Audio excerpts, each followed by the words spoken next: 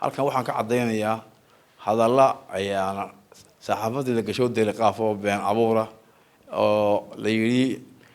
xildhibaankaasi kaydkii ahaay wuxuu ku beeray xisbiga wadani oo uu cidbo ka waxay leeyahay yaan beeninaya wax alla waxaan xisbiga uu cid ka baxay ma jirto kamana bixi doono hadii la yiraahdo oo wax aan xisbi kale ku beeray oo cadeynayna oo jitaana ma jirto waxa weeyaan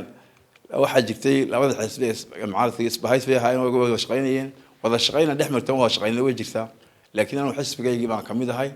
kuna jiri doona wax ka bixida iyo wax lama jirto hadalladaasina waa hadallo been abuura oo deeqaafa oo meel laga keenay la garanayno dad ujeedada ay ku hadleen weeyaan waana beeninaya waxaan diyaar u ahay kaydka waxaan ahaa qofka saddexaad baan ahaa laba qof ay iga horeysay gabadha Aamina iyo ninka ilaahay Idris bay iga horeeyay labadiina waxay galeen xisbiga kale galeen oo dawladda ku beereen oo waxa weyn diglood madaxweynaha ayaa laba diglood ku magacaabay midna wasiir u magacaabay midna ambassador u magacaabay saasay ku baxeen sharcigu dhigayo qodobka waxa dhigaya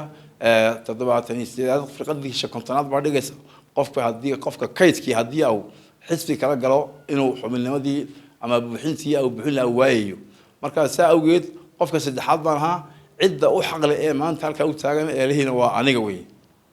waxaan u sheegayaa inaan u taaganahay diyaar u ahay inaan buuxiyo xubinta banaanaatay xeerkuna ay siinayo xisbigana aan kamid ahay oo anigu ahay la marka imika kow ah ee xaq leh aan ahay waxa kale